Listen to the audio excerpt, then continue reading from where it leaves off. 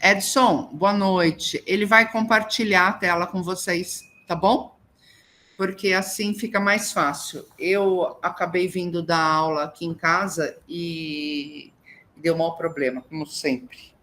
Essa parte tecnológica não é fácil. Hoje de manhã já foi um perrengue para entrar numa sustentação oral. Eles não me mandavam o link, mandavam só o ID e a senha.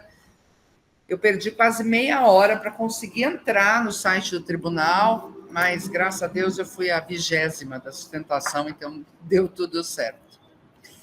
Bom, alguém aqui, e para mim é importante saber isso, alguém aqui já assistiu alguma palestra minha? Só responde no chat. Ok. Olá, Flávia, já. Paulo, ok. A maioria ainda não. Tá bom.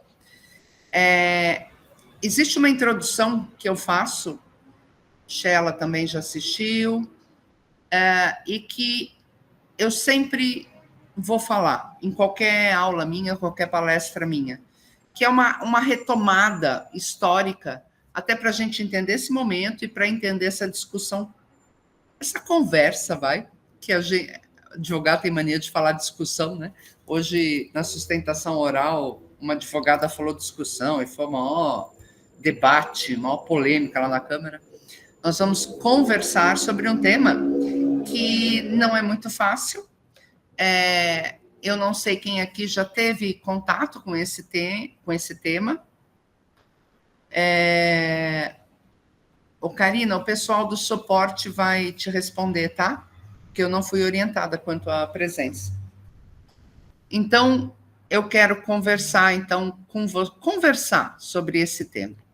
E para a gente conversar sobre isso, a gente tem que falar da nossa Constituição Federal e chegar nos conceitos doutrinários, jurisprudenciais sobre vida, livre-arbítrio, dignidade humana e morte. E é aí que a gente vai começar, né? Mas eu queria dar uma retomada. Direitos da personalidade. Quais são hoje? Né? Se a gente, e é essa regressão histórica que é importante fazer, para vocês terem uma ideia do porquê que eu faço isso. Nós estamos vivenciando a reforma do Código Civil. O Código Civil vem falando de direitos da personalidade. Vai ter uma repercussão enorme nas ações de responsabilidade civil. Não vai mais existir dano moral, só vai existir danos extrapatrimoniais. Esse é o título. E a gente vai lidar com vários tipos de danos extrapatrimoniais. Dano biológico, que envolve uma série de coisas. Então, é importante a gente acompanhar essa história da evolução do direito. Então, só relembrando, né? O Brasil, quando de sua descoberta, ele primeiro vivenciou as ordenações filipinas, manelinas, afoncinas, e imagina, naquela época, que direito que existia, né? Existia a propriedade, a defesa da propriedade, existia a defesa das castas, a pessoa humana era nada. Aí a gente chega...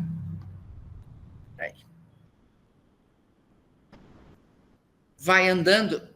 Para quem gostar de estudar, para ser professor, é muito legal as ordenações manuelinas, afoncinas e filipinas. Eles têm alguns institutos muito ricos, claro que uns horrorosos, mas tal qual no Código de Hammurabi tem coisas hediondas, tem coisas muito legais. E aí que a gente percebe o tanto que demora a evolução e as conquistas sociais na humanidade. Eu vou chegar na nossa... Espera aí, eu estou acompanhando aqui por foto a nossa palestra aqui. A gente chega na nossa primeira Constituição Federal, né? Que foi em 1891. E lá, para vocês terem uma ideia, o único direito de personalidade que existia, se é que assim podemos hoje chamar aquele direito, era o direito dos presos. Não havia previsão nenhuma de direitos, em termos de direitos da personalidade humana. Aí a gente chega na Constituição Federal de 1988, e aí sim, pela primeira vez no Brasil, nós encontramos inúmeros direitos consagrados, escritos, e não por dedução ou por ilação doutrinária. E lá nós vamos encontrar o direito à vida, à saúde, educação, intimidade, vida privada, honra, imagem, consumidor. Hoje, falando isso, já parece coisa antiga, né? Diante de tantas conquistas que vieram depois da nossa Constituição Federal. Eu estava lá, na luta pela igualdade de homens e mulheres. Um de meus filhos foi o símbolo da campanha que a OAB, Comissão da Mulher Advogada, fez, que era o direito à paternidade. Então, é legal a gente registrar isso, porque quando se fala em feminista ou feminismo, se pensa que é contra homem, né? É errado. Na verdade, o que nós sempre pleiteamos foi a igualdade. Então, foi muito fácil para nós lutarmos pelo direito à licença paternidade. Até porque a gente consegue compreender, né, essa importância. Então, voltando à nossa Constituição Federal, estavam lá esses direitos. E depois que veio a Constituição Federal, o que mais nós tivemos? Podem ir falando, mas nós tivemos Código de Defesa do Consumidor, Estatuto do Idoso, Lei Maria da Penha, LGPD, e tantas outras, reforma do Código de Processo Civil, do Código Civil, algumas já. Então, é assim, evoluiu-se muito, né? O racismo enquanto crime, o ECA, lembrou aqui a Simone, houve uma grande reviravolta nesse tempo que pós-Constituição Federal. E por que que... Peraí, deixa eu achar meu slide aqui. Fica saindo toda hora. E aí, onde nós estamos hoje, 2024? Nós vivemos hoje uma ilha de direitos que se interligam, se brigam, e não sabemos onde isso vai dar.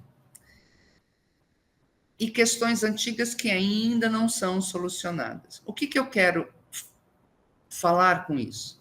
Hoje nós temos ilhas de direitos.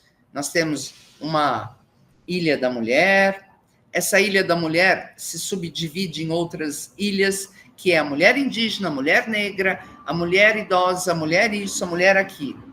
Nós temos a ilha, que na verdade já está virando um grande arquipélago da questão de gêneros, índios.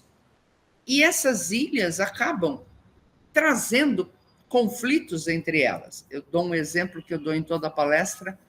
Quem já assistiu vai ouvir de novo. Eu vou dizer uns 20 anos atrás, uma criança me perguntou: doutora, por que a minha merenda é pior que a merenda do presídio? O que eu podia responder a ela?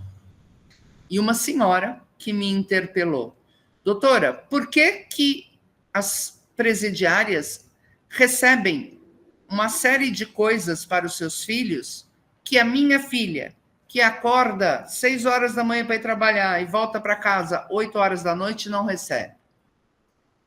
Desigualdade de lutas de direitos em ilhas, porque o direito deveria ser para todo mundo, mas quando se criam ilhas, você acaba priorizando aquele que grita mais em detrimento daqueles que ainda não aprenderam nem a gritar.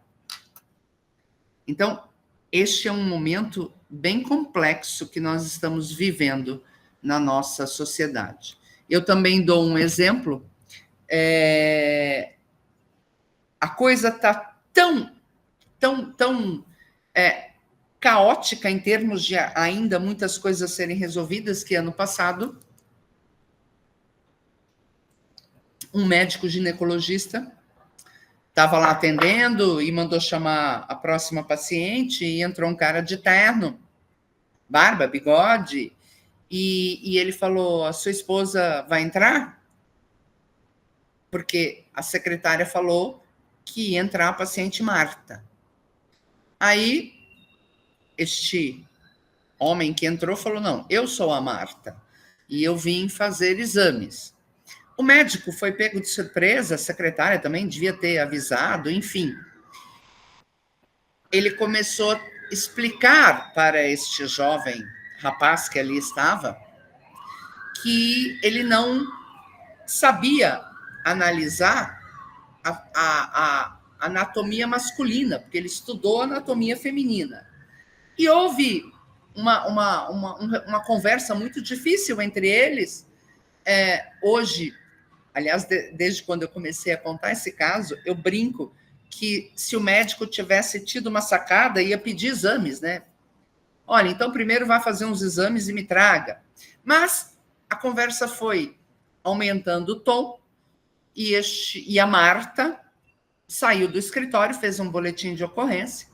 Ministério Público acabou instaurando o inquérito policial, talvez para não ser vítima de uma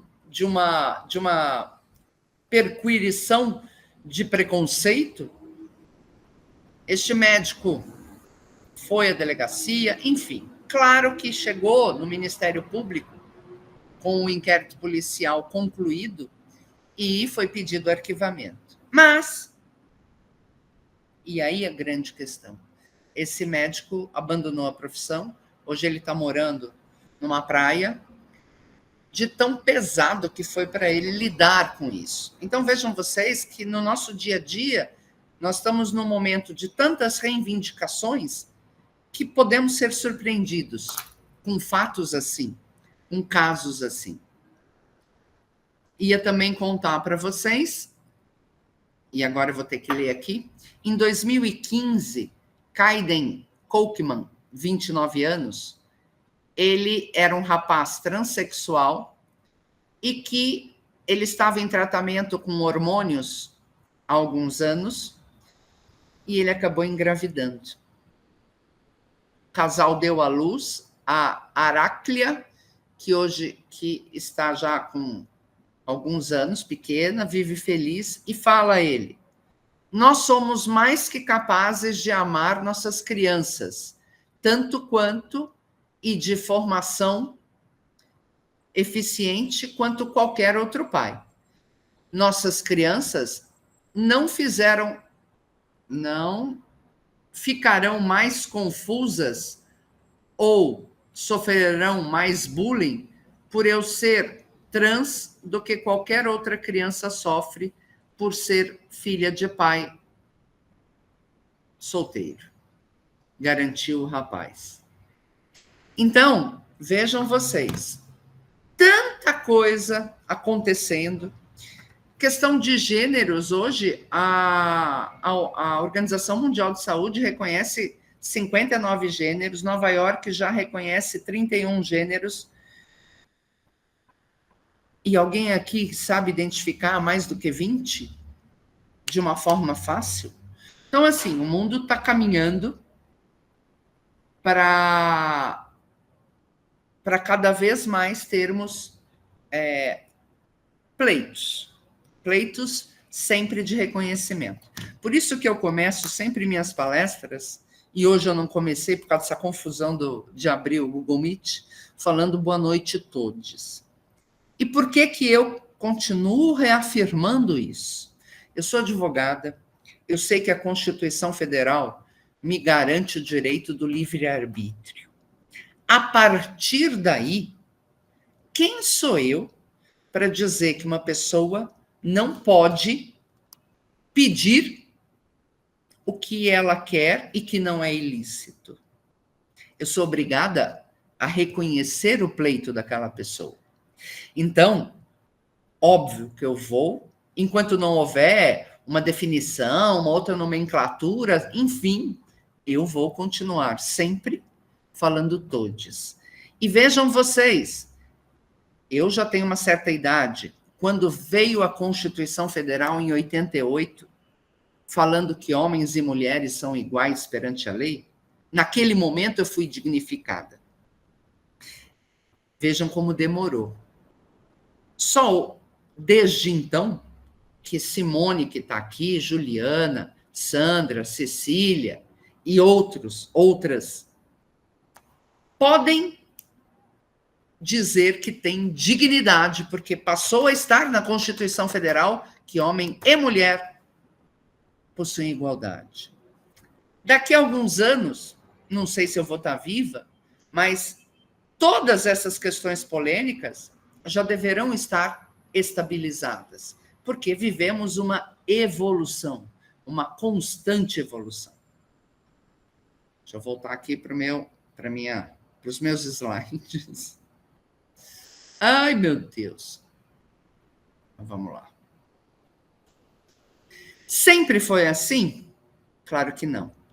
Estamos num momento em que nunca se pediu tanto a proteção dos direitos humanos, cujo primeiro grande registro ocorreu em 539 a.C., com o cilindro de Ciro.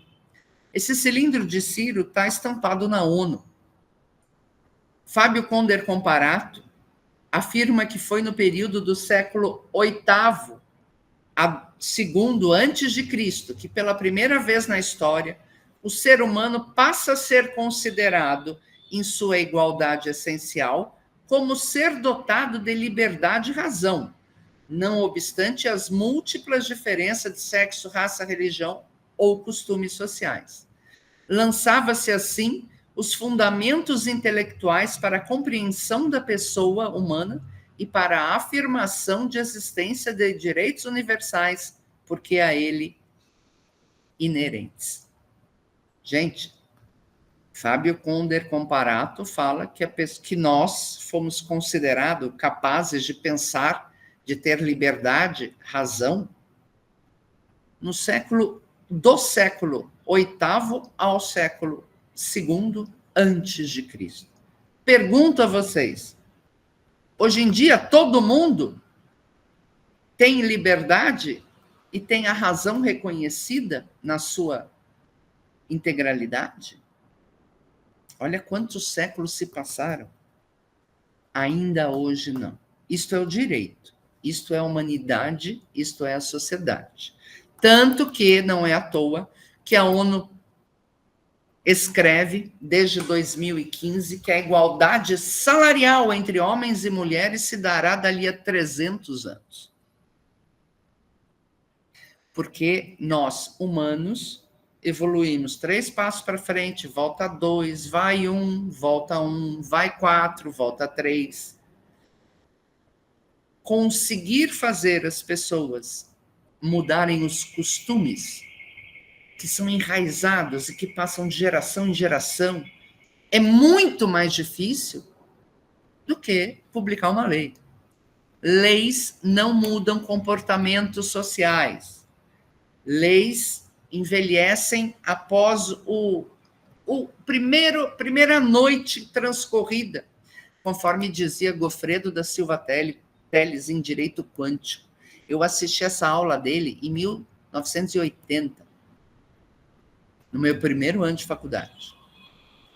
Então, nós temos que assimilar esta evolução, esta demora de mudança, para que a gente possa ter um comportamento como advogados, professores, juízes, delegados, seja, enfim, o que vocês irão seguir, com um olhar de questionamento, com um olhar de provocação, com um olhar de busca de mudanças. Sempre a busca do justo. Até aqui, alguém tem alguma observação a fazer, alguma manifestação? Porque o legal é esta compreensão, é esse debate. Alguém acha que... Eu tenho. Fala, Simone. Ai, professora, eu gosto muito de falar. E a senhora está falando aqui das questões da dignidade, dos respeitos e do respeito a todos, né? Eu fui recentemente a Goiás e eu sou muito, muito lutadora por tudo que eu vejo errado, né? E eu parei, eu tinha parado numa rampa de acesso a um shopping. Lá as calçadas, as guias, né? Meio fio, que dizem no Rio de Janeiro, aqui nós dizemos guia, elas são muito altas, são muito. E eu, como eu tive um problema ortopédico, para mim era difícil realmente saltar para aquela. E tinha um caminhão um caminhãozinho da Jadlog parado na frente de uma rampa de acesso ao shopping. Aí eu parei e fiz assim. Eu não sei se o pessoal aqui vai achar ruim o que eu fiz. Minha mãe falava assim: deixa.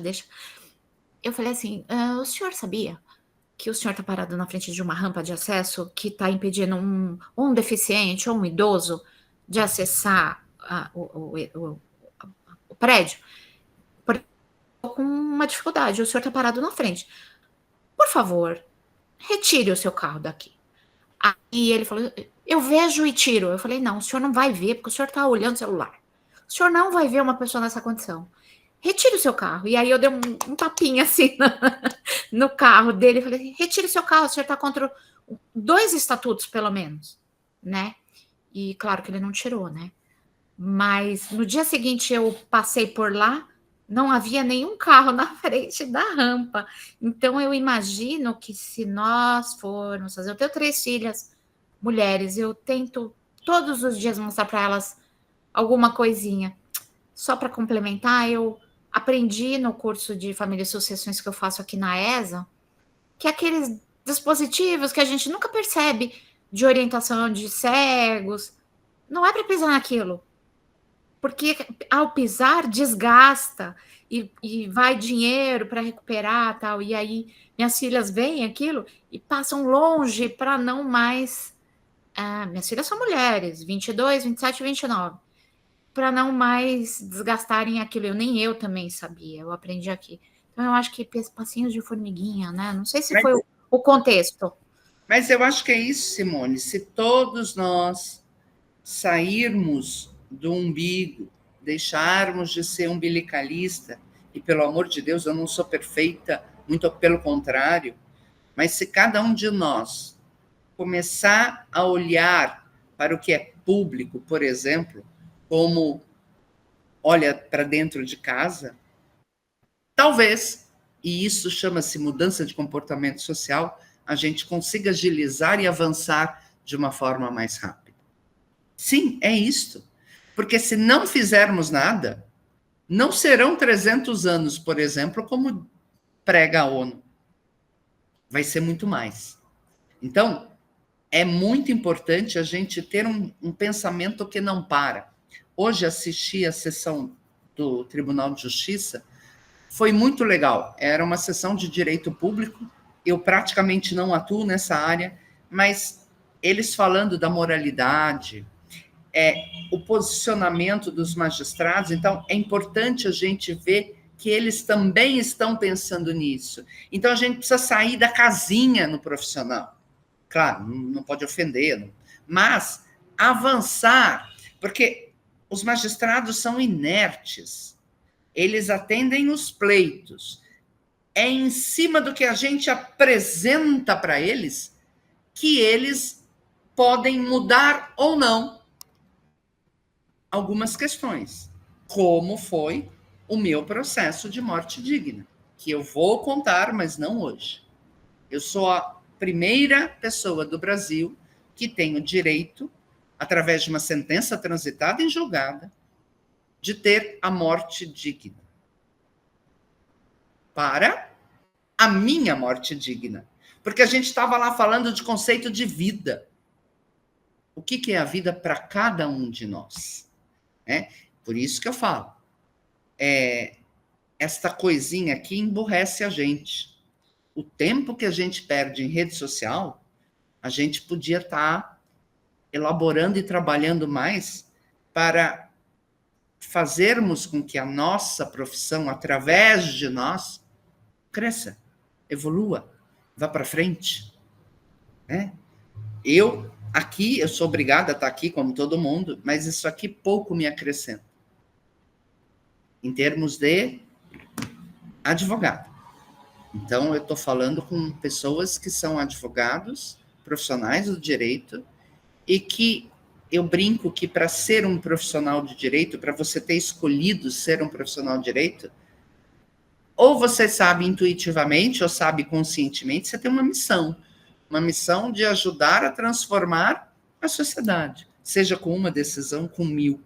Mas cada decisão é uma sentença política também. Porque, como diz Paulo Bonavides, uma sentença, ela não só define um conflito entre duas partes, ela vai ditando comportamentos. Esse é o nosso papel. Então, pelo judiciário, a gente pode sim mudar, dentro do que nos compete, o comportamento social. Mas vamos lá, vamos continuar. Alguém quer falar mais alguma coisa? Por favor. Isso aqui é um bate-papo. Tanto que é conversa, né? Conversa sobre morte digna. Se não, eu vou continuar. Então, voltando naquele trajeto, é somente após a segunda metade do século XX, período pós-guerras, que se destaca e se inicia no direito e na sociedade um movimento de despatrimonialização do direito civil, por meio do qual institutos de natureza patrimonial, que sempre foram o cerne do direito civil, contratos, propriedades, passaram a ser reinterpretados a fim de se adequarem à tutela da pessoa humana. O movimento de despatrimonialização significa que o eixo central do direito passa a ser a tutela da pessoa humana, de natureza extrapatrimonial, direito da personalidade, direitos fundamentais, direitos humanos, mecanismos de igualdade substancial, reconhecimento do dano moral, que daqui a pouco não vai ter mais, vai ser reconhecimento dos danos patrimoniais. Então, vejam vocês que a gente está chegando. E aí, a gente vai, e eu queria provocar, se eu pedisse para cada um escrever qual é o seu conceito de vida, qual é o seu conceito de morte, qual é o seu conceito de dignidade humana e qual é o seu conceito de livre-arbítrio, não teria uma resposta igual a outra. Porque cada um responderia dentro do seu conceito subjetivo do que é vida, do que é morte, do que é dignidade, do que é livre-arbítrio. Então, por isso que falar de morte digna é muito legal e muito pessoal. Então, deixa eu voltar aqui. Desde os primórdios, nas diferentes sociedades e culturas, a morte foi vivenciada de maneira diversa. Mesmo quando a medicina já existia, a morte por falta de saneamento básico era comum em qualquer fase da vida. Corte. O Brasil, IBGE de 2022, traz que 49 milhões de brasileiros vivem sem descarte de esgoto. 18 milhões de brasileiros não têm coleta de lixo. 6 milhões de brasileiros não têm água adequada. E 1.200.000 brasileiros não têm banheiro ou sanitário. Então, vejam vocês que até o que a gente está falando é para ainda uma parcela pequena da sociedade. Uma parcela que já começa a poder pensar em algo mais além de sobreviver. Temia-se a morte lá atrás, mas era um sentimento de resignação. Até o século XIX, na maior parte dos casos, morria-se em casa. Corte. Eu não sei se vocês sabem, mas aqui no Brasil, o primeiro hospital surgiu em 1527 ou 1529 em São Vicente. Hospital, lá atrás, naquela época, era só para pobre. Pobres que não tinham, estavam doentes, não tinham onde morar. Os ricos eram tratados em casa. E vocês já viram vários filmes épicos nesse sentido. Porque o rico era chique, ele recebeu o médico na casa dele. Naquela época, o tratamento era com sanguessuga. Não tinham tratamentos. Então, Vejam vocês que essa humanização da morte surge depois que há uma mudança do que hoje é para nós o conceito de hospital. Então, vamos lá. Nos hospitais, e curiosidade, nós temos hoje o Hospital Alemão Oswaldo Cruz, Sírio-Libanês, Hospital Alemão, Beneficência Portuguesa, para vocês entenderem que, naquela época, quando surgiram os hospitais, as colônias, por seus membros ricos, é que construíam os hospitais para os seus compatriotas pobres, para que eles pudessem ter minimamente uma morte digna.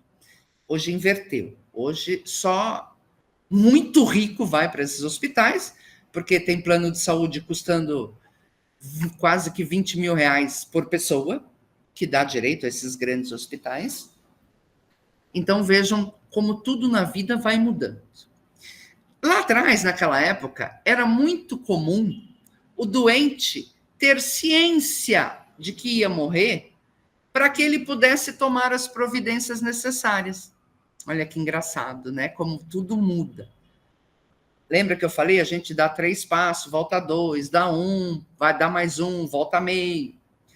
A mudança de propiciar o conhecimento da morte para o paciente e naquela época ele não só sabia que ia morrer, como ele era franqueada a visita livre de familiares, amigos, crianças, de acordo com a vontade do paciente. Então, naquela época, isso até o século XIX, se respeitava a vontade do paciente. Por que que nós regredimos? A mudança se deu na segunda metade do século XVIII, quando surge o medo da morte aparente. Catatonia, existem algumas situações que a pessoa parece estar morta, mas não está. Tanto que, quando se vai fazer transplante, tem que se detectar a morte do cérebro, porque a pessoa pode estar num estado onde parece que está morta e não está. E esse medo, e aí você vê a medicina evoluindo, detectando esses casos sendo relatados para a sociedade passa a ter medo da morte. Aí, a partir de metades do século XIX, a morte deixou de ser algo natural. Surge a ideia de que o doente não deveria ser informado de que estava perto da morte. As decisões passaram a ser tomadas por médicos e familiares. A autonomia do paciente começa a morrer. Uma loucura, não é? É mais ou menos o que nós vivemos hoje. Olha como demora para a gente evoluir em cada assunto. E mais, a morte passou a ser um fracasso, uma insuficiência da medicina e uma tarefa. Meu slide está ruim, aqui eu tirei uma foto ruim. Tarefa de evitar a finitude, o que forçou os médicos a adotarem uma postura defensiva, certamente decisiva para a adoção de tratamentos invasivos e pessoais para o paciente. Passam a fazer tudo para evitar a morte. É isso hoje, é o quadro que a gente enfrenta. Gilberto Gil, então vale a pena. Se a morte faz da vida, faz parte, de novo, se a morte faz parte da vida e se vale a pena viver, então morrer vale a pena. Se a gente teve o tempo para crescer para viver de fato, o ato de amar e sofrer, se a gente teve esse tempo, então vale a pena morrer. Porque essa dificuldade que nós temos de lidar com a morte. O tema é difícil, É também de enorme complexidade por envolver áreas como ética, direito, medicina, religião, cuja conciliação de tudo isso de maneira absoluta é uma utopia.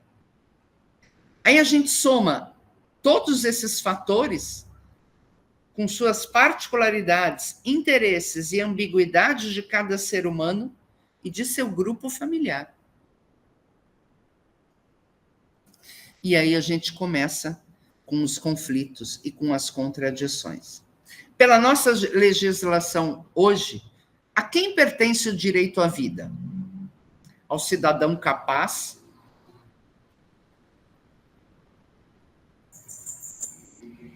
Espera aí. O incapaz. O direito à vida pertence ao Estado, mesmo que com um curador. É justo. É justo o Estado decidir por alguém, havendo esta pessoa família, ou um amigo de sua absoluta confiança? Que Estado é esse nosso que quer ser dono de alguns direitos que são nossos? A quem pertence o direito à vida? Hoje, ao cidadão capaz.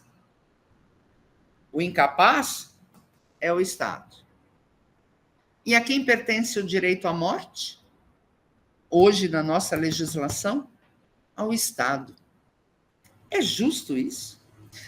O Estado não está tornando cada um de nós deste tamanho? O Estado permite até que eu, no feto, como feto, tenha direitos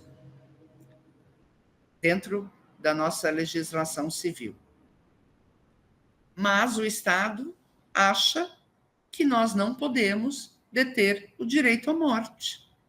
Isso para mim é um absurdo, isso para mim é ofensivo. Por isso que está mais do que na hora de conversarmos a respeito do direito à morte de cada um de vocês. Para a classe médica, a morte é ainda encarada como resultado de uma falha na sua capacidade.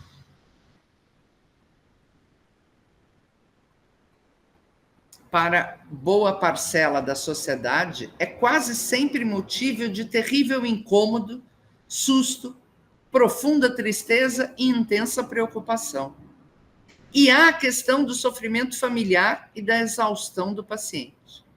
Muitas vezes, as tecnologias adiam o processo de morrer, mas sem agregar qualidade de vida, gerando assim mais dias de sofrimento para o doente, família e amigos.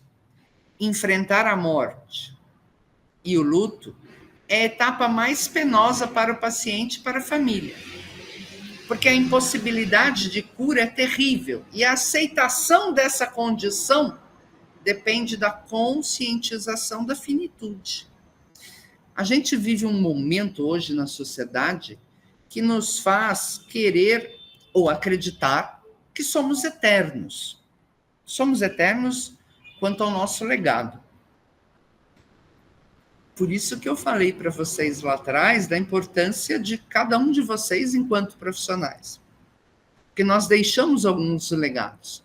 Deixamos legados enquanto cidadão, enquanto profissional, enquanto num relacionamento. A história de nossa vida é nosso legado.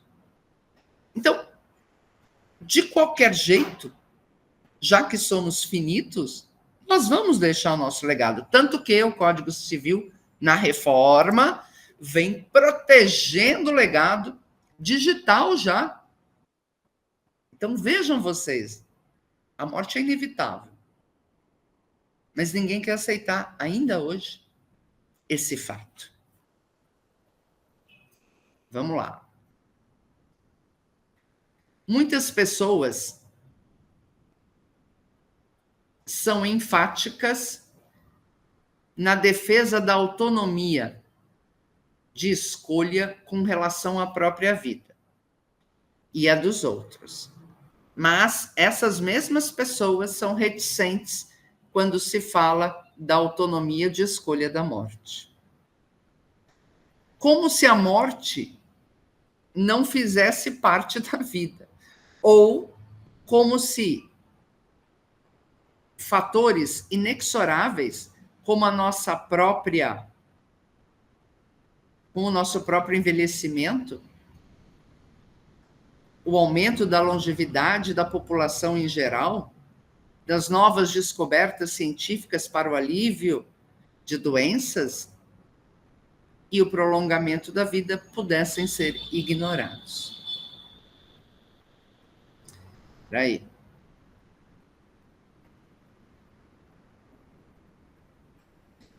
Eu tenho que voltar para o meu PowerPoint, mas vai dar tempo, porque eu vou dar um intervalinho de 5 minutos às 8 horas. Aí a gente continua, e aí dá tempo de eu fotografar os PowerPoints aqui. Mas eu queria ouvir um pouco de vocês sobre tudo isso que a gente está falando, em termos de dúvidas, de conceitos, porque quando eu e Maristela Basso, e aliás eu já peço desculpa, porque hoje ela que deveria estar aqui comigo, mas ela dá aula na USP e segunda-feira convocaram ela para dar aula de quarta-feira. Então, hoje ela começou a dar aula na USP. O retorno, né, das aulas. Mas amanhã ela está aqui, ela falou que se ela chegar cedo em casa, ela ainda tenta dar uma entrada aqui com a gente. Aliás, já peço para o pessoal do suporte já mandar o link para ela, por favor, no e-mail dela e no celular dela. Então, em momento algum, nem eu, nem Maristela e nem tantos outros que têm discutido o tema, queremos impor nada. O nosso papel, o meu papel aqui, é rogar a vocês que comecem a pensar no assunto, que levem o assunto para dentro da família de vocês. Por que eu decidi entrar com o meu processo? Eu entrei com o meu processo em 2013.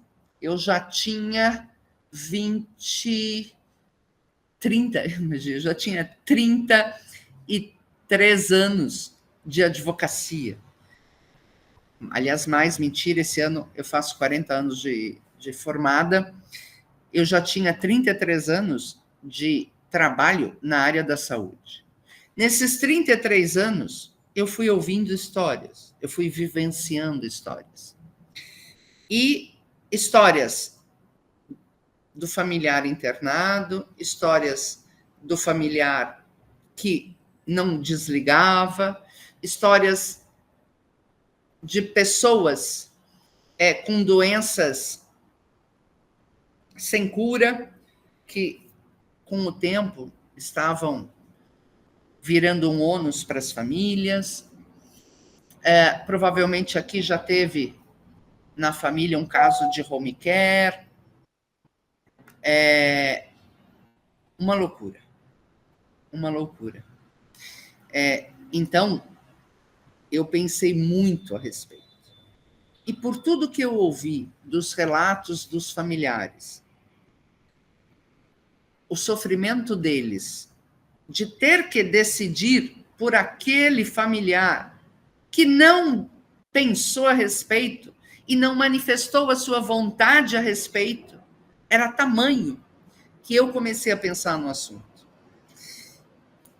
Eu sou mãe de 3 filhos e comecei cada reunião com um familiar, eu ficava pensando, nossa, como é que será que meus filhos ou minhas noras vão se comportar se eu estiver numa cama sem conseguir manifestar minha vontade? Como é que meus filhos, minhas noras vão reagir se tiverem que me limpar, me dar banho? Tema muito difícil e árduo. Eu só acho que nós temos que pensar a respeito. Alguém fez uma manifestação aqui, deixa eu ver. Meu tema de TCC, feito em 2014, foi Eutanásia à Luz da Dignidade. Naquela época foi difícil encontrar materiais falando sobre o tema. Alguns professores, quando souberam o tema, chegaram a sugerir que eu trocasse. É impressionante como o inevitável intimida. É exatamente isso, Cecília. As pessoas não gostam de pensar na morte como se alguém fosse escapar da morte. Por isso que eu queria ouvir um pouco vocês aqui, porque a gente vai voltar aprofundando o tema. E quem ainda não pensou pode ficar incomodado, né? Então, eu queria ouvir vocês, porque nós resolvemos fazer esse debate. Eu tenho conversado com um professor da Suécia, ele representa a ONU em várias questões envolvendo direitos da personalidade. Lá na Suécia é um país que aceita a morte assistida. Então, esse debate está correndo no mundo e cada vez mais países vão aderindo. No Brasil, a solução que vem sendo colocada, eu acho de uma fragilidade absurda. Não temos lei a respeito. Como que nós vamos, cada um de vocês vai tocar isso? Fala, Luciana, que bom que alguém está se manifestando. Oi, boa noite, professora. Sempre um prazer escutá-la. Eu fui cuidadora dos meus pais, que faleceram velhinhos agora. Meu pai completou 2 anos em janeiro, minha mãe fez um ano agora em maio. E eu havia conversado com eles já estavam na casa dos 80 anos, o que eles gostariam que a gente fizesse, porque meu pai era um mega infartado, ele tinha só 1/4 do coração funcionando, e queria saber, já estava com 80 anos, o que ele queria de medida extrema, né? Para a gente saber, porque com 80 anos, o que mais que você pode esperar da vida? 1/4 do coração funcionando, enfim. E ele colocou que não gostaria de medidas extremas, assim como minha mãe já havia dito que também não gostaria. Essa introdução toda é para falar que a gente recebeu os cuidados paliativos, explicamos para a equipe, quando eles ficaram adoecidos mesmo, mas a própria equipe médica se sente extremamente insegura. A falta de diretrizes, e penso que a latinidade da gente torna tudo muito tabu. Uhum. E isso acaba acarretando um sofrimento maluco para os pacientes que recebem cuidados não só paliativos, mas às vezes para prolongar uma situação que não era o desejado nem pelos meus pais e nem pelos filhos. A gente queria conforto, claro, qualidade de vida. E os filhos que ficavam lá desorientados, sem saber o que fazer. É isso, Luciana. E eu vou além. Quando uma pessoa... Primeiro que muitos aqui podem não chegar a 80 anos. Sim. Então, tem que falar antes. Segundo, um cuidador hoje, 1 mês de cuidador, né? Porque tem que ser 3, um para de manhã, um para de noite, um para final de semana para revezar. Hoje está um custo de quase 15 mil reais. Uhum. Quem tem isso? Vamos ser realistas. Quem no Brasil tem isso para pagar? Então, é uma conversa que tem que ser mais profunda, que tem que partir de conceitos. Eu levei 3 anos conversando isso com os meus filhos, com os meus médicos. Eu vou contar amanhã só. Mas são conversas que têm que ser aprofundadas e conversadas. E eu tenho, inclusive, brincado com o pessoal, abre uma garrafa de vinho e vamos falar sobre isso. Não é uma conversa pesada. É uma conversa de concretude, né? Exato. Já que... Oi, desculpa, Luciana. Desculpa eu, professora, mas acredito que seja uma conversa para a gente ter enquanto a gente ainda está bem, né? Óbvio, porque qualquer um de nós pode ter um AVC amanhã e não vai conseguir manifestar. É uma conversa que demora um tempo para sedimentar. Até porque várias pessoas me ligam. Eu quero fazer uma declaração, um testamento vital, uma declaração de última vontade. Falei, tá, e o que você quer que, né, que fique escrito? Eu não quero medidas paliativas, eu não quero isso, eu não quero aquilo. Falei, bom, tudo bem, mas e antes disso? Uhum. Né? São várias situações. As pessoas só pensam quando elas vão ter que ser entubadas. Não, tem várias questões a serem conversadas. E é sobre isso que a gente vai falar amanhã e depois. A Maristela Basso vem com uma conversa muito legal também. Então, deixa eu ouvir aqui, tem 3 pessoas com a mão levantadas. Obrigada, professora. Em qualquer coisa a gente tropeça no fio, né? É isso. Sandra, pode falar, depois tem a Jaqueline e a Daniela. Boa noite, professora, boa noite a todos. Eu gostaria de contribuir com essa situação difícil, né? Difícil. Minha mãe teve um câncer terminal, e é muito rápido, 3 meses, tudo, entre a descoberta e o falecimento.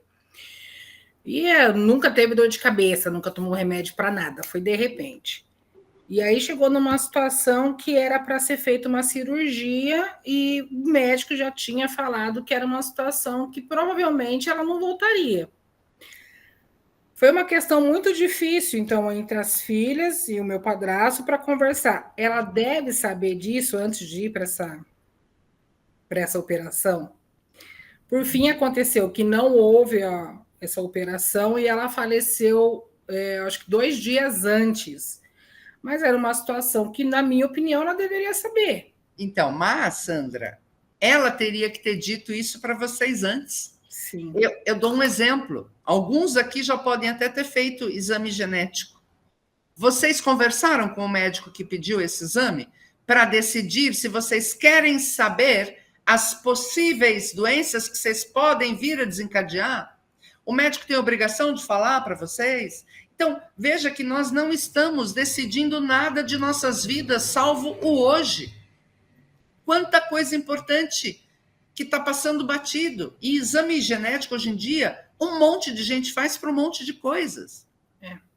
É complicado porque mesmo eu vivenciando essa situação, hoje ainda tem... Eu não essa situação, sim, eu gostaria de saber. Mas outras situações que possam acontecer, eu não consigo nem parar para pensar no tema. Mas veja, nós colocamos o título de conversa sobre morte digna para tentar aliviar.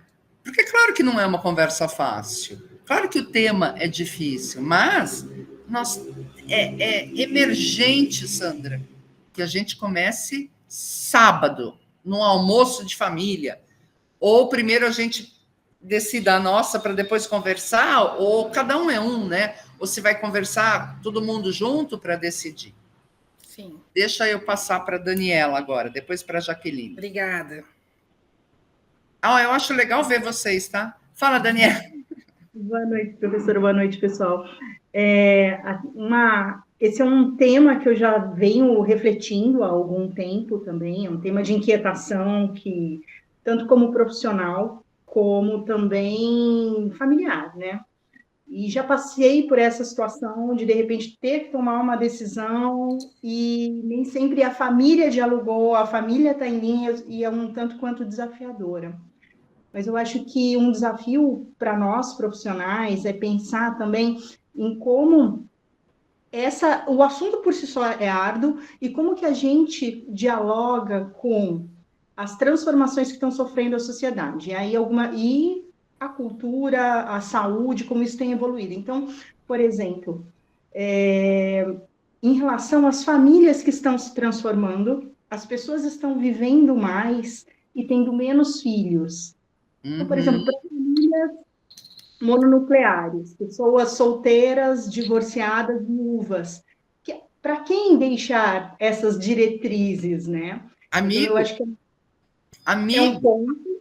Mas, por outro lado, indo na sua linha de conversa, Daniela, as pessoas estão cada vez mais fechadas. Elas estão tendo amigos de verdade, até para poder delegar. Então, veja você o tanto que a dinâmica de nossas vidas está passando batido e ninguém está pensando a respeito, Daniel.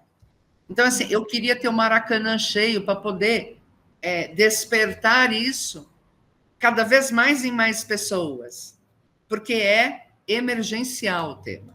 Porque senão a gente pode ficar jogado numa cama, ou num sofá, ou num hospital, ou em casa, sem ter podido decidir se era o que queríamos. Não, perfeito. E pensar que nem sempre a família consanguínea vai ser mais próxima Exato.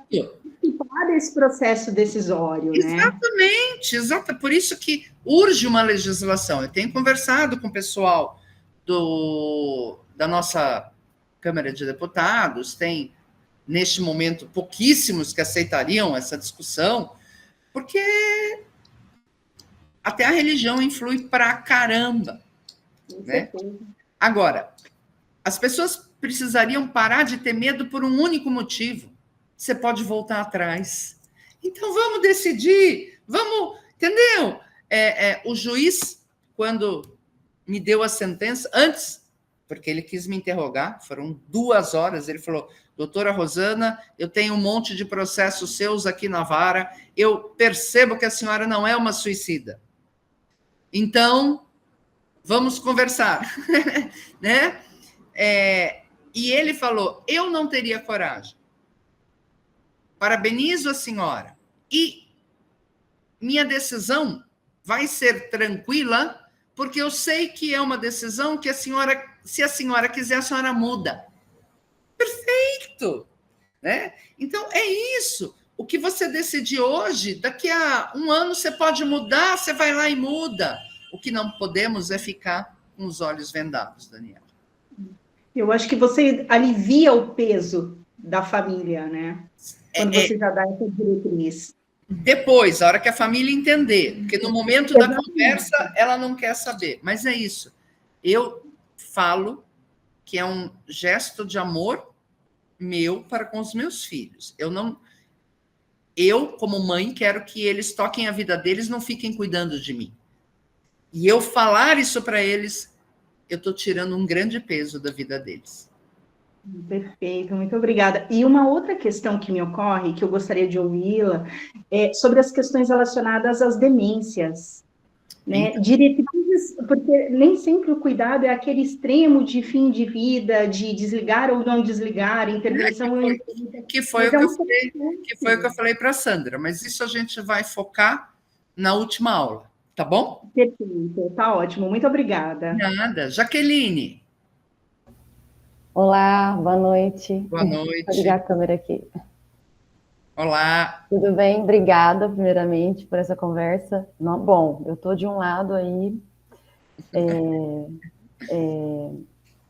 desafiador. Eu trabalho em hospital, sou de Campinas, trabalho no centro médico, um hospital particular.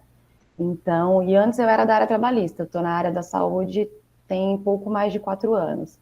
E quando eu cheguei, assim, foi muito desafiador, porque eu não tinha nenhum contato, né, com a área da saúde. E eu vejo diariamente, eu tenho muita dificuldade de falar com o médico sobre autonomia. Eles são bem fechados sobre isso, sobre morte, sobre a aceitação das escolhas do paciente, as reclamações vêm e simplesmente para eles não precisam conversar sobre isso, né? Processo de escolha esclarecido, então... lá eu tenho muito contato com os pacientes que não aceitam transfusão, ou a decisão para cuidado paliativo. Então, nossa, é uma luta diária, assim, com o corpo clínico. Então, eu tenho que me especializar e ter mais conhecimento para entender como que eu vou conseguir inserir isso de melhor forma. Vou lhe dar uma dica já. Monte um termo de ciência e decisão para que cada paciente assine na entrada do hospital. Não é aquela coisa normal, não, sabe? Uma coisa mais elaborada, mas onde a vontade do paciente vai estar manifesta e o médico não vai poder recusar. Mas o paciente entrou em coma. Um familiar. Sim. Né? E eu tomaria cuidado porque, às vezes... desviando um pouco, mas o que eu vejo é que muita gente da enfermaria faz algumas perguntas para quem está acompanhando o paciente. Às vezes, quem está acompanhando o paciente é um vizinho, às vezes é um filho que está brigado com este paciente, às vezes é uma atual companheira e tem a ex que vai dar confusão. Então, é assim, eu começaria a tomar muito cuidado com isso, tá? Sim, obrigada. Simone, falta você, e aí a gente dá uma paradinha de 5 minutos só. Na verdade, abri aqui. Eu quero dar um depoimento aqui que nós passamos com meu pai, completamente contrário disso aí que está sendo dito. Ok. Não decidiu a morte, nós decidimos esconder dele, que ele ia morrer em breve, ele estava com câncer no pulmão, extremamente agressivo, ele padeceu muito até falecimento, várias vezes indo para hospital, ambulância, foi assim, um horror. E até hoje, fará 8 anos agora, dia 21. Eu me questiono se eu fiz o certo. Minha filha diz, mãe, você não deu chance para o vovô pedir perdão. Nem para você, nem para a vovó, né? E eu acho que ele não gostaria, não. Mas nós achamos que se nós disséssemos para ele, essa foi a nossa ideia. E agora ela está sendo modificada aqui com esse encontro. Se nós disséssemos para o papai que ele morreria, como ele iria morrer, ele morreria em 2 dias. E aí vem o nosso egoísmo, né? Então, por isso que, e eu vou contar um caso só, e aí a gente dá uma paradinha. Claro, todo mundo sabe que eu atuo só na área da saúde, e um cliente nosso com câncer fez alguns tratamentos, não estava dando certo, e aí o médico contou a ele, e eu conheço o médico. E este cliente agradeceu esse médico até o último dia da vida dele, porque ele pôde tomar a decisão de parar de fazer o tratamento. Ele foi viajar, fazer a última viagem que ele sonhava, bebeu todos os vinhos que ele queria, uísque, fez festa na família. Ele pôde decidir o que ele queria fazer. Então, claro que num momento como o seu, Simone, que a pessoa que nunca foi conversado sobre isso, não tem o que decidir muito.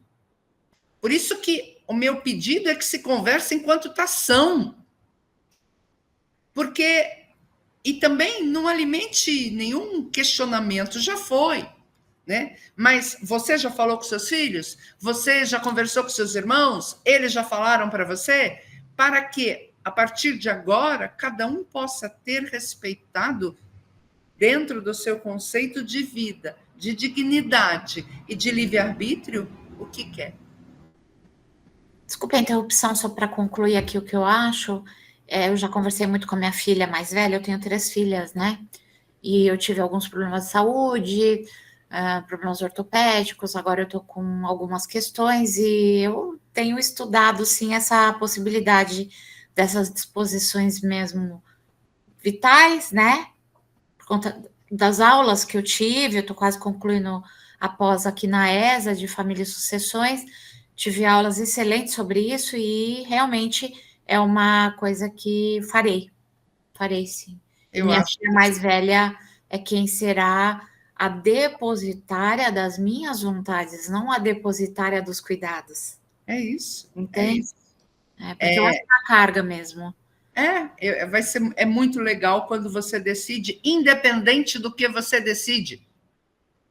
Né? O Paulo Reis colocou aqui, em função às considerações da doutora Daniela Marçal, jamais havia pensado sobre decidir sobre a continuidade ou não da manutenção de vida de familiares. e, num prazo de 2 anos, vivi 2 situações em que os médicos pediram a minha aquiescência para o desligamento. Exatamente eu que nunca pensei a respeito. Foram os momentos mais difíceis da minha vida. Consultei a família e todos me ajudaram.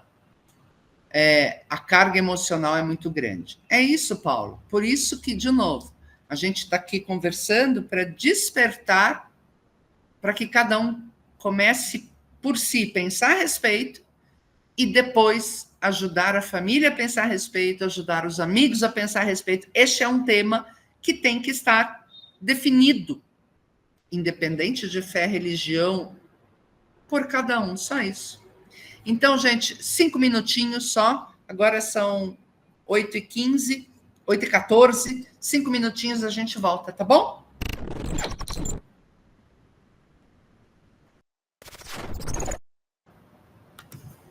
Oi, pessoal, voltei. O tema é bem árido mesmo. É uma pena que tem gente que... Tiveram 4 pessoas que saíram, mas a gente já sabe disso, que não é fácil. Mas o que eu fico feliz da gente ter conseguido reunir vocês. Eu acho que isso já me deixa feliz. Então, agora, a gente dando prosseguimento, deixa eu entrar aqui no meu slide.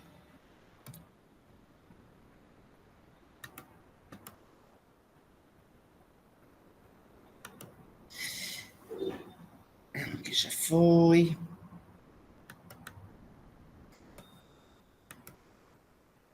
Então, vamos lá. Autonomia é a palavra-chave nessa nossa discussão. Ela é fruto da união entre os vocábulos gregos autos, que significa mesmo, por si mesmo, próprio, e nomos, governo, regra, lei. E, primeiramente, referia-se à autogestão de cidades. Isso lá na Grécia Antiga. Então, vejam que desde lá se falava de autonomia. Mas foi somente com Kant, o filósofo prussiano, para vocês relembrarem, ele morreu em 1804, que a autonomia ganhou peso e significado que temos até hoje. Para Kant, o princípio da autonomia é escolher sempre de modo tal que as máximas de nossa escolha estejam compreendidas ao mesmo tempo como leis universais no ato de querer. Vem daí a ideia de que a autonomia é o princípio da dignidade humana, enquanto ser racional. E a liberdade é a chave da autonomia da vontade. Ressalta Kant, a vontade deve ser o bem supremo.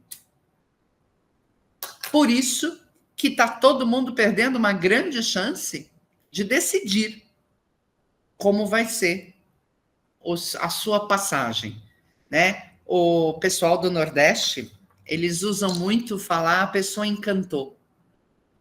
É uma forma romântica. Então, a gente pode falar sobre a autonomia de cada um de nós de decidir o nosso encantamento. Autonomia, liberdade de escolha, vontade própria, dignidade. Morte digna é um termo que mostra a beleza que pode ser a morte se mantiver a integridade de toda uma vida. E por que judicializar isso? Para torná-la imutável, para que a minha liberdade de escolha, a minha vontade, a minha autonomia seja respeitada e para que eu poupe pessoas queridas de uma injusta carga emocional e econômica. A Constituição brasileira, como já dito, nos dá o direito à vida e celebra o princípio da dignidade humana. Ou seja, ao garantirmos a vida digna em toda a nossa trajetória, óbvio que está incluída uma morte digna. Dessa constatação, a gente pode inferir que morrer dignamente é o ato que conclui, justifica e expressa o direito a uma vida digna. É o desfecho. Hoje nós temos uma posição um pouco conflitante, porque o artigo 5º da Constituição Federal garante o direito à vida. Mas o conceito de vida é muito restrito. É o coração batendo e oxigênio? Não. Ninguém olha para o artigo 3º, que é o direito humano à dignidade. O artigo 3º está antes do direito à vida. Então, o que é mais amplo? A dignidade humana ou a vida? A legislação e a Constituição precisam ir além. Porque se eu tenho garantida a minha dignidade, a dignidade intrinsecamente está ligada à vida do começo ao fim. Mas há interpretações subjetivas. Para mim, vida com dignidade é uma coisa e para você é outra. Para mim, vida com dignidade é enquanto eu estiver interagindo. Mas a justiça não quer nem entrar na seara da vida com dignidade. E esse é o grande dilema. Hoje, no nosso Supremo, o direito que prevalece mais é o direito à vida. Eles estão certos. Acontece que quando eles colocam o direito à vida como supremo, o Estado pode intervir. O Estado não pode intervir no meu conceito de dignidade. Mas quando eles colocam o direito à vida como supremo, aí eles se sentem no direito de intervir. Afinal, por que eu recorri à justiça? Aliás, porque todos nós recorremos à justiça para dirimir conflitos e fazer pedidos. São questões que precisam ter autorização estatal para não serem contestadas. Uma vida digna é meu direito, é direito de todos. Está na Constituição Federal. E disto sai que eu tenho direito à morte digna. Aliás, a gente não precisaria, né? Se houvesse uma consagração de que se temos direito à vida e temos a dignidade, nós temos direito à morte. Estava tudo resolvido. Mas, infelizmente, o nosso judiciário entende, o legislativo também, que eles têm poder sobre isso. De novo, para mim, no momento que nós vivemos de defesa dos direitos da personalidade, isso é uma afronta. Hoje nós temos, na justiça brasileira, e eu estou falando rápido porque eu tenho bastante slide aqui, nós temos o testamento vital. Documento vago que pode ser contestado ou invalidado por um familiar. Os hospitais têm incentivado as pessoas a fazerem testamento vital, mas isso só beneficia os cartórios. E o maior problema do testamento vital é que as pessoas não são orientadas a detalhar os limites relacionados à própria morte. Não tem noção de que isso precisa estar detalhado. E mesmo que façam isso no testamento vital, este documento não resolve a questão, pelo fato de poder ser contestado ou anulado por terceiros, e eu vou além do médico falar que ainda tem coisa a ser feita. Né? Por isso que precisamos de uma lei. Mas enquanto não vem a lei, vamos remediando. Nem o Conselho Federal de Medicina decide a respeito. Ele é contraditório. Quando ele fez a reforma em 2018, que entrou em vigor em 2019, ele falava: estamos incorporando abordagens pertinentes às mudanças do mundo contemporâneo. Mentira, porque nesta atualização ele não deu autonomia do paciente. Relação médico-paciente, que começou lá no começo da nossa humanidade, os médicos sempre tiveram o poder de decidir. Por conta de conhecimento e do pouco desenvolvimento do raciocínio das pessoas a respeito de seus direitos. Hoje, se fala de um vínculo extremamente compartilhado. O médico tem que falar, o paciente tem que decidir. Mas, infelizmente, isso não vem acontecendo.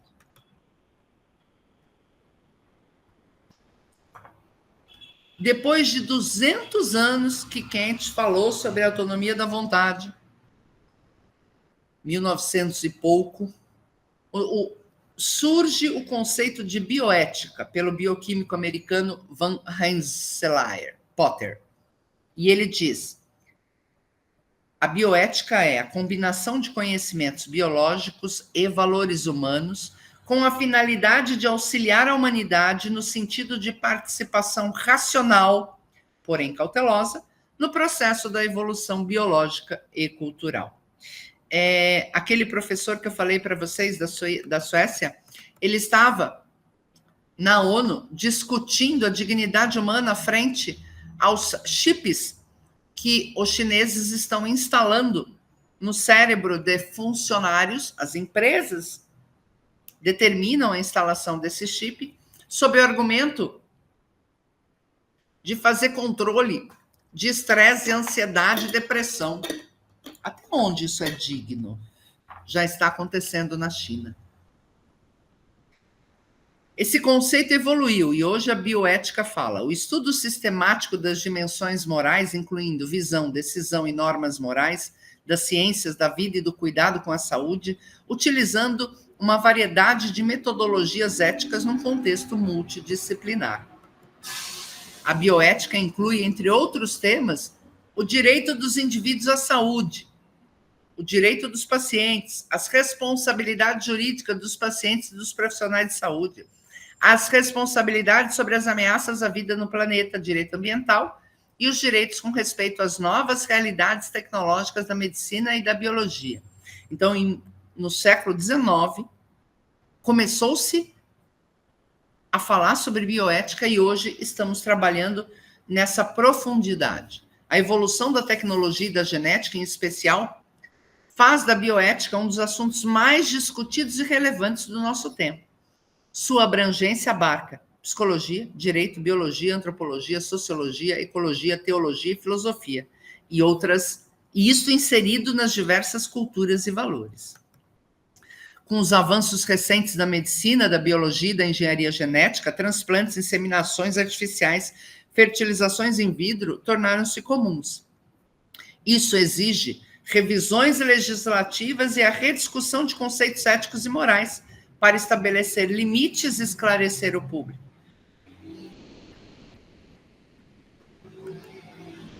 A natural evolução da compreensão sobre a morte no decorrer da humanidade já deveria tornar inevitável uma constante adequação dos instrumentos normativos e dos conceitos morais e éticos relativos à finitude humana. Para o importante historiador francês Philippe Arrier, 1914 a 1984, a partir do início do século XX, o moribundo passou a ser privado da própria morte. A iminência da morte, que antes era raramente súbita, passou a ser uma ingrata surpresa. Morrer bem antigamente era morrer não repentinamente, para que houvesse tempo para os preparativos e providências. Hoje, ao contrário, o desejo da maioria das pessoas é morrer de repente, de preferência durante o sono, para que sejamos poupados do sofrimento e do medo, geralmente associados ao final da vida. É este pensamento que está hoje na sociedade que está travando que a gente possa evoluir nessa discussão e nessas decisões. Mas o desejo é só mesmo um desejo. Desejo é aspiração, é um querer abstrato, improvável de tornar-se realidade. Por isso, a importância do pensar com antecedência e a importância de ter reconhecido a nossa vontade, a nossa autonomia para pensar antes o que queremos para a própria vida. É lógico que a compreensão da morte mudou através dos tempos, também sob o ponto de vista médico. Voltando, até o final do século XIX, a morte era comprovada pela não respiração. Com a descoberta da circulação sanguínea e da ausculta do coração, a morte era oficializada pela cessação cardiorrespiratória.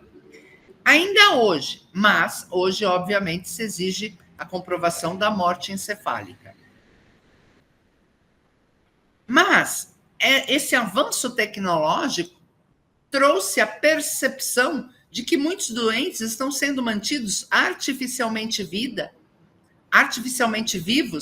sem possuir atividade cerebral, e que os benefícios dessa manutenção para o paciente não trazem benefício nenhum, mas trazem benefício àqueles que detêm essas tecnologias. Hoje, nunca se teve tanta clínica de home care, tanta clínica de repouso, tanta clínica de tudo. Dá dinheiro. Ficava assim definido inicialmente pelo American Medical Association a morte a partir da perda irreversível do funcionamento cerebral. No Brasil, o Ministério da Saúde também considera a morte encefálica como a definição legal da morte. Mas, além do fator médico-científico, o final da vida envolve inúmeros outros aspectos.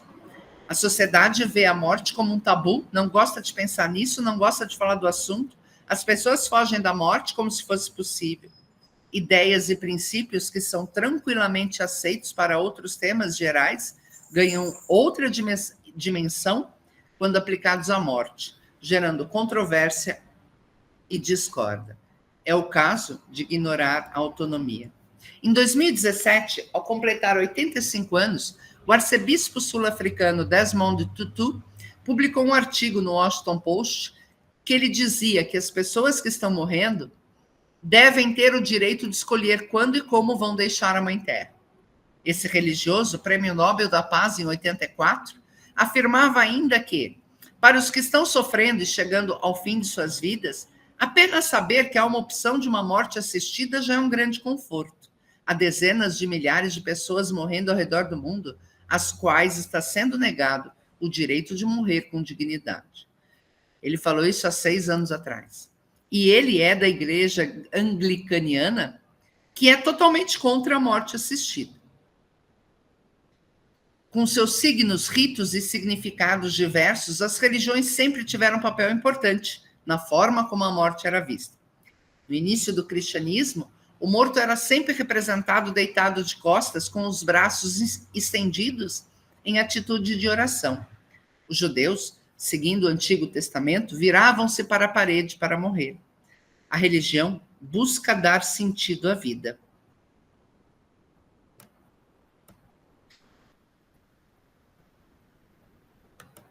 Muitas religiões, ao falarem de salvação ou de um novo mundo no pós-vida, provêm amparo e buscam fazer com que as pessoas compreendam os eventos da vida como parte de um propósito ou projeto mais amplo, mediante a crença de que nada ocorre por acaso, de que os acontecimentos da vida são determinados por uma força superior e que a crença pode levar a um crescimento pessoal.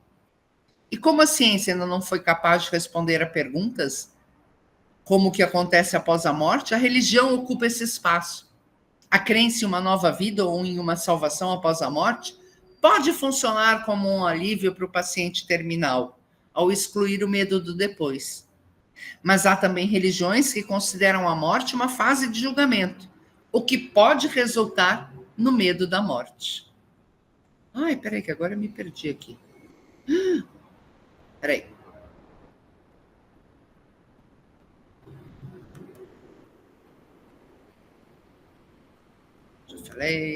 Já falei. Peraí. Achei. A dignidade humana diante da morte deve ser preponderante nas condutas médicas, independente da crença religiosa.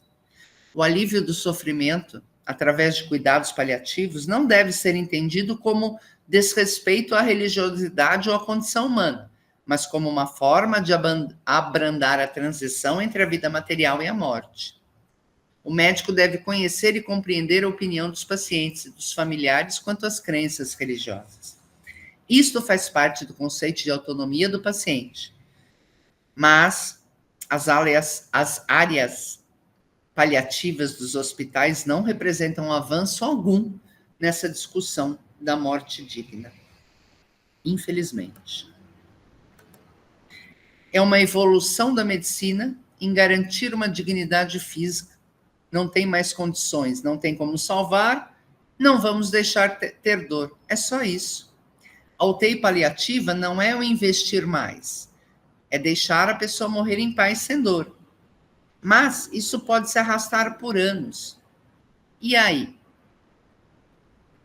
Tudo volta para a mesma questão, a falta de conscientização e respeito para com o outro. Tudo está evoluindo cada vez mais com nomes bonitos, né? Antigamente já se fazia isso, só que não se falava. É uma preparação mais digna, mas é uma dignidade superficial. E aí fica a provocação, eu vou abrir para debate, para amanhã. É uma preparação mais digna É uma dignidade superficial ou não? Você já pensou? Conversou? O que está esperando para começar? Deixa eu voltar aqui para a nossa tela. Meus slides acabaram e eu queria ouvir vocês. Vocês imaginavam que a gente ia para esse caminho de conversa? Amanhã a Maristela Basso vai trazer um outro viés. E na terceira aula eu vou falar da minha sentença, vou disponibilizar a vocês e vou mostrar como está o mundo nessa questão. Para tentar ajudar, só isso. Todo mundo a chegar a uma decisão, seja ela qual for. Com todo o respeito que cada um de nós tem que ter. Então, por favor, falem. É importante para mim ouvir que eu tenho sido, desde 2013, a bandeira dessa conversa. Às vezes eu fico desanimada, às vezes eu me animo de novo, e a gente resolveu fazer esse curso para tentar retomar, para ouvir se este é o caminho, ou se vocês acham que não tem nada a ver, se esta conversa de hoje ajudou a pensar ou não. Por favor, falem. Somos todos advogados ou profissionais da saúde, mas somos todos profissionais aqui. Luciana não falou, Juliana não falou. Deixa eu ver aqui o nome dos outros que também não falaram. Angélica. Fala, Henrique, prazer. Boa noite. Boa noite. Principalmente da primeira parte da aula, que eu fiquei reflexivo sobre alguns pontos envolvendo a família, foi em relação ao meu avô, isso em 2010, então já faz um tempo. Ele começou a ficar debilitado por volta dos 70 anos, então não era uma idade assim muito avançada. E ele morava sozinho, depois teve que ter cuidados com parentes próximos, passou a morar na outra casa, ficou muito debilitado, teve que ficar internado no hospital e tinha uma dinâmica muito complicada, porque ele ficou internado no hospital em São Paulo, na cidade de São Paulo, mas a família morava em outra cidade. Nossa. E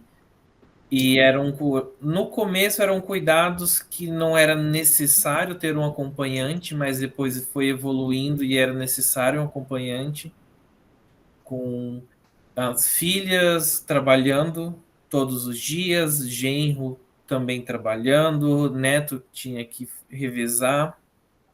No começo ele ainda tinha consciência, a gente não sabe exatamente até onde ia a consciência, mas ele ainda interagia. Mas ele ficou por volta de 1 ano. Então foi 1 ano toda desse gasto de energia, de tempo. Só que dos 6 últimos meses ele não tinha mais nenhuma reação, nenhum estímulo, era quase um estado vegetativo. Aí a família ficava todo nesse processo, até que ponto que ia. Porque ali não tinha mais nenhuma dignidade. A gente não sabia exatamente até onde que tinha consciência dele, se ele tinha alguma consciência do que estava acontecendo, se ali era só meramente um corpo que estava reagindo. Depois de 1 ano, ele não tendo mais expectativas de melhora, foi liberado para ficar em casa, mas era em casa com equipamento de oxigênio, com cuidados, e na casa ele ficou apenas 1 dia. No dia seguinte ele veio a falecer. Henrique, está mais do que provado que é benéfico para o paciente morrer em casa, porque ele vai estar num ambiente que ele conhece, que para ele é acolhedor, do que estar sozinho num hospital. Muito legal ele ter tido essa oportunidade. Quando saiu notícia da minha sentença, na época todo mundo lia jornal ainda, físico, né, no jornal Estado de São Paulo, você não tem noção da quantidade de elogios e críticas. Era pau a pau. Porque, claro que para uma pessoa mais religiosa, eventualmente a decisão que eu tomei agride. E para outros, não. Então, o assunto é polêmico, sim. E é mais polêmico quando envolve uma decisão que os pais têm que tomar sobre os filhos do que os filhos com os pais. Porque pais normalmente querem que os filhos vivam eternamente, né? É um outro vínculo. E quando os filhos tendo que decidir pelos pais ou avós, o ônus financeiro é absurdo, né? Então, isto tem gente que acha que eu sou muito fria quando eu falo de questão financeira, mas eu tenho que falar, né? Nós temos muitas pessoas que não têm dinheiro para serem mantidos vegetativamente e os filhos têm que trabalhar o dobro, o triplo para pagar isso, e a vida deles é prejudicada. E conscientemente nenhum pai quer isso para os filhos. Então só falta conversa, né? Por isso que a gente fica instigando essa conversa, porque ela é extremamente necessária, Henrique. Eu já tive casos dos dois lados, pais que estavam com um filho vegetativo, filhos com os pais vegetativos, e sobrinhos tendo que cuidar de tios que não tiveram filhos. A Daniela falou disso aqui. Agora, para um sobrinho, então, o ônus é muito maior. Ele acaba prejudicando financeiramente a sua própria vida e de seus filhos por conta de um tio que não tinha filhos, não casou, né? Então, são questões muito profundas, né? E por isso que eu acho, e alguém falou aqui, acho que foi a Daniela, que é um ato egoísta. É um ato extremamente egoísta a pessoa não decidir a respeito. Então, você, Henrique, é hiper jovem. Não faz mal? Tem que falar para os seus pais, para os seus irmãos, para o seu amigo, qual é a tua decisão. Porque a vida é isso, né? Luciana. Henrique, peço desculpas, não vou abrir minha câmera porque eu estava no escritório e agora estou me deslocando para casa, tá? Tá bom. Eu acho que a senhora tem colocado alguns pontos extremamente relevantes e assim como a colega colocou, né? As famílias que estão em formatos diferentes, a quantidade de pessoas que está morando sozinhas numa velocidade cada vez maior, numa quantidade cada vez maior, e que a gente precisa deixar as vontades da gente claras e que sejam respeitadas, porque a gente sabe que o testamento vital é desrespeitado, é contradito. Outro ponto que a senhora colocou agora, fundamental, a questão econômica, mas não só essa, e falo por experiência própria. A gente não foi educado para ver os nossos pais envelhecerem e a gente ter que tomar essas decisões. Muitas vezes ter que ter essas conversas com eles. E, de novo, né? Os tabus que a sociedade tem, a gente não pode falar de dinheiro, a gente não pode falar de sexo, a gente não pode falar de morte. Então, são tabus que a gente tem que quebrar e deixar claro para as coisas. São conversas difíceis que a gente tem que ter. E que a gente tem que ter em momentos que a gente está bem para poder resolver da melhor forma. Na hora que a coisa não estiver bem, a gente saber o que tem que ser feito. Exatamente isso. Penso que é isso. Assim. Muito e aí, bem. num momento assim... Está sumindo, Luciana. Desculpe, há muitos anos atrás, muitos mesmo, eu me lembro que meu pai queria, porque ele queria comprar um jazigo. E ele e minha mãe discutiam muito sobre isso, todos os dias, porque ela falava, não tem que ficar falando de morte, não sei o quê. Eu sei que um belo dia ele me atormentou, eu falei, tá bom, chega. Levei para ele 3 opções de cemitério, eu falei, qual que você quer? Ele falou, é esse aqui. Eu falei, tá legal, vamos lá. Fomos, escolhemos. Eu me lembro que ele queria comprar um com 6 gavetas. Eu falei, mas vem cá, você está planejando levar todo mundo a passear e matar todo mundo ao mesmo tempo? É isso? Eu falei, que é tanto, né? Comprou um jazigo mais simples, porque nunca mais ele tocou no assunto. Perfeito. Uma vez por mês ele ia lá visitar o jazigo, eu brincava com ele se o buraco continuava no mesmo lugar. Pronto. Assim, resolveu. Perfeito. Luciana, aproveitando o seu gancho, né? Tem gente que não decidiu ainda se quer ser enterrado ou cremado. Quando eu ando nas cidades, eu viajo muito, eu vejo os terrenos dos cemitérios, vai chegar uma hora que esses terrenos vão ter que ser utilizados para quem está vivo. Então, é assim, nem isso a gente pensa, né? Enfim, o Paulo Roberto Miskevis colocou assim, o tema é fundamental para a nossa sociedade, na minha família estamos conversando sobre o assunto e minha busca é como garantir com todos os meios possíveis que a nossa vontade seja respeitada. Última aula, Paulo, a gente vai abordar essa questão. A Sandra pergunta se de lá para cá alterou, se a minha visão alterou. Não, de jeito nenhum, Sandra, porque eu continuo atuando na área médica e continuo vendo todas essas questões todos os dias. A Flávia Gomes, dica de documentário no Netflix, A Partida Final. Eu também vou dar dicas de outros filmes que enfrentam esses problemas e a gente vai vendo a evolução da discussão do tema até por esses filmes, é muito legal. Deixa eu ver se mais alguém está com a mão levantada. Acho que não. Gente, faltam 10 minutos. Luciana. O Paulo Fortunato também. Então, primeiro a Luciana, depois o Paulo. Eu acho que eu não tinha baixado a mão, mas se deixar, a gente vai falando. Não, deixa eu passar para o Paulo, então. Paulo. Boa noite a todos, boa noite. Espera só um minutinho só, deixa eu... Pronto, acho que estão me vendo, né? Boa noite, professor. Primeiramente, agradecer a sua disponibilidade e paciência de divulgar isso para a gente, de passar essas informações para a gente, são fundamentais. E a minha levantada de mão aqui foi o seguinte, para tentar responder a pergunta que a senhora fez, né, no meu entendimento, ao menos aí, sobre o que a gente acha disso, né? O que eu acho disso é o seguinte, é uma situação delicada, óbvio, né? É um tabu. No entanto, a gente tem que ter esse direito, não que seja um dever, mas se a pessoa quiser escolher sobre isso, ela possa escolher sobre isso de forma livre, né? Porque é igual o porte de arma. O pessoal acha que liberando o porte de arma vai ter uma fila lá que você vai ser obrigado a pegar uma arma e enfiar na cinta. Não é isso. Se você quiser, você pode. É a mesma situação aí, fazendo uma analogia muito grotesca, né?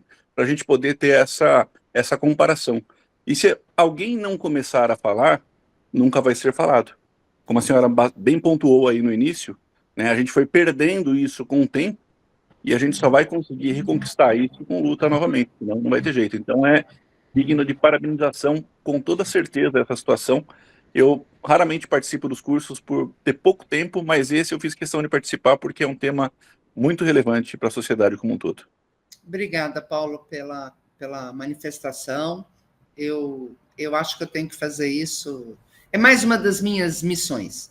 Eu só vou pensar a respeito do que você falou profundamente, se é dever ou direito, porque eu trabalho muito com responsabilidade civil e todas essas mudanças da reforma do Código Civil, eu tenho falado, inclusive falei em Recife há pouco tempo, acho que 2 semanas, qual é a responsabilidade civil daquele que você deixou como testamenteiro no testamento vital e não cumpriu a sua vontade.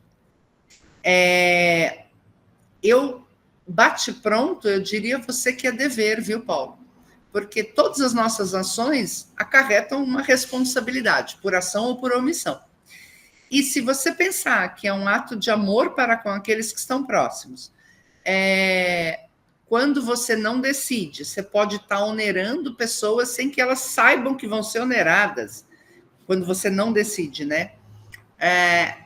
Vou pensar mais profundamente, mas talvez você comece a falar que seja um dever, um ato de não egoísmo. Mas não fica brava, hein? Eu vou ainda matutar, mas vou pensar a respeito. Mais alguém? Faltam 5 minutos ainda, no mínimo, para a gente cumprir horário. Então eu vou provocar, já que o Paulo provocou. Qual seria a extensão desse dever se aquele que a gente institui, né, como depositário das nossas vontades, aí, se ele não aceita, e durante a vida, né, que tem aí conosco, por exemplo, filhos, por exemplo, ascendentes, ele demonstra um desligamento, né, e aí teria ele, se demonstrou que não tem uma ligação, hoje a gente fala tanto em afetividade, né, nas relações de afetividade, por exemplo, no meu caso aqui, que a gente estuda, né, o Henrique, meu colega de turma, meu lindinho,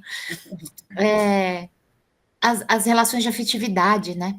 Legal. Até que ponto a afetividade demonstrada em vida, se ela acarreta algum tipo de responsabilidade posterior. Entende o que eu estou falando? Eu não sei se eu estou indo mais Não, entendo. E eu diria a você assim, se meus filhos não quiserem cumprir a minha vontade, é um direito deles, ok? E eu vou estar morta, não vou poder... eu vou estar inconsciente, então eu não vou poder reagir a isso. Mas, no mínimo, um dever moral de desrespeito à minha pessoa.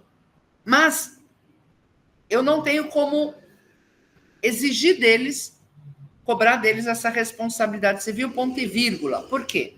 No meu testamento vital, a pessoa que foi nomeada, as pessoas, assinaram. E a partir do momento que assinaram, eu não falo nem afetividade, eu falo de compromisso moral mesmo e de um contrato onde eles se comprometem a cumprir a minha vontade. Os médicos nominados e que também aceitaram têm a sua responsabilidade. Então, o Paulo Roberto falou de garantias, uma delas é com que os envolvidos assinem, manifestem este compromisso. E claro que não tem que ter só um testamenteiro, mas tem que ter 2, 3, porque dos 9 médicos que assinaram o meu documento, 2 já morreram. Eu ainda tenho 7, né? Então, claro que existe uma mutabilidade nisso, mas, em tese, há uma responsabilidade civil. Então, vamos dizer que um dos médicos não cumpre a minha vontade. Nominado, assinou. Vamos imaginar que ele mudou de ideia, sei lá por quê. Os meus filhos podem processá-lo. Será que um dos médicos poderia processar meus filhos por não cumprirem? Em tese, sim. Então, a conversa supera a questão da afetividade, Simone. Porque é um contrato que está sendo assinado, onde as partes se comprometem. Existe uma boa-fé nesse contrato. Mas muitas discussões. O que eu falo é que, em tese, diante da lei, há uma responsabilidade civil pelo não cumprimento do que está ali escrito. Compreendi. Bem legal. Obrigada. Nada. Fala, Luciana. Nesse caso, pode haver até uma liga entre os irmãos, não, professora? Claro que pode. Por isso que eu falo que o testamento vital não tem validade jurídica nenhuma.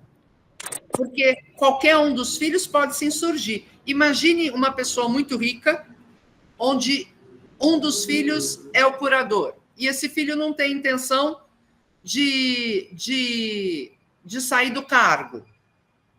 Ele não vai aceitar. Então, você percebe as nuances e o tamanho dos problemas que podem surgir? E isso deixando tudo claro. Imagine se não deixa claro a vontade. Você imagine um filho que não é o curador falar para o juiz: Excelência, ele quer manter o meu pai vivo porque ele quer ficar na administração dos bens. Quem para o juiz vai parecer um vilão? Esse filho contestador, que talvez tenha conhecido o desejo desse pai. Então, veja a complexidade. E nós sabemos, e meu pai, que foi formado em direito também, já falava: Rosana, depois da morte, e ele falava naquela época, né? Até um radinho de pilha vira briga em família. Imagine grandes heranças. É claro. Aí a gente sabe, né? Eu atuo bastante direito de família, a gente me briga por guardanapo. Então, essa questão não é só decidir, é solucionar conflitos familiares que hoje a gente já vê no dia a dia de nossas profissões. Mais alguém? Acho que não. Então, vamos para amanhã. Eu fico aqui esperando vocês, Daniela. Obrigada, doutora. É isso, a gente está aqui para partilhar reflexões, experiências, porque todos nós temos histórias envolvendo essa área, agradáveis ou não, mas temos. Eu tive uma vez, para encerrar, um casal, eu tinha mais contato com o pai, eles tinham uma filha de 35 anos, que sofreu um acidente, estava em coma na UTI do hospital, já faziam 6 meses. E a angústia dele, e ele nunca tinha conversado com a filha, e ele falava assim: eu sinto que ela não quer, que alguma coisa está prendendo ela aqui, que ela não desliga. Nosso papel como advogados é tentar ajudar. Eu sou espírita, e eu falei para ele: converse com ela, mesmo ela estando em coma. Quem sabe, tranquilize ela, diga que ela pode fazer a passagem, que você vai cuidar da filha. Ele tinha uma neta. Ele teve essa conversa e, coincidência ou não, ela encantou logo depois. Então, vejam o quão profundos são esses temas para a nossa vida pessoal e para nós como profissionais do direito. Então, eu deixo vocês com isso e até amanhã, tá bom? Boa noite a vocês.